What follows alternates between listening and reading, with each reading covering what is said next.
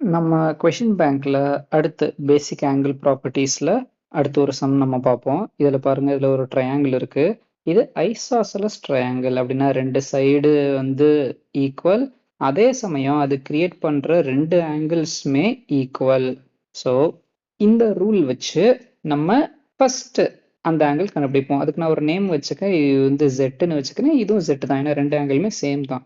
So Z plus Z plus 26 equal to எனக்கு 180 இருக்கும். ஏன்னா டோட்டல் இன்டர்னல் ஆங்கிள் வந்து எனக்கு 180. So 2z plus 26 equal to 180.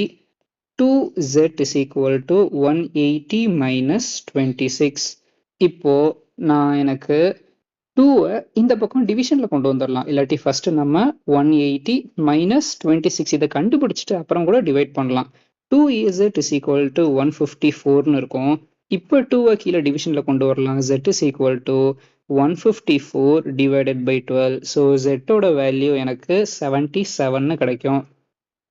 இப்போ இதுல பாருங்க 77, இந்த ஆங்கிளும் 77, இந்த ஆங்கிளும் 77. இப்போ பாருங்க, ஸோ இங்கே தான் எக்ஸ் இருக்கு, இதுதான் கண்டுபிடிக்கணும். இந்த சைடோட ஆங்கிள் 77. இப்போ ஒரு ஸ்ட்ரெயிட் லைனோட ஆங்கிள் வந்து 180 டிகிரி. அதாவது அந்த 180 டிகிரி வந்து எக்ஸ் பிளஸ் 77, இது ரெண்டு சேர்த்தா தான் 180. எனக்கு எக்ஸ் மட்டும் வேணுன்றப்போ 180 மைனஸ் 77, 180லேருந்து 77 மைனஸ் பண்ணால் எனக்கு கிடைக்கிற ஆன்சர் 103. அப்போ எக்ஸோட ஆங்கிள் எனக்கு 103 டிகிரிஸ். அவ்வளோதான்.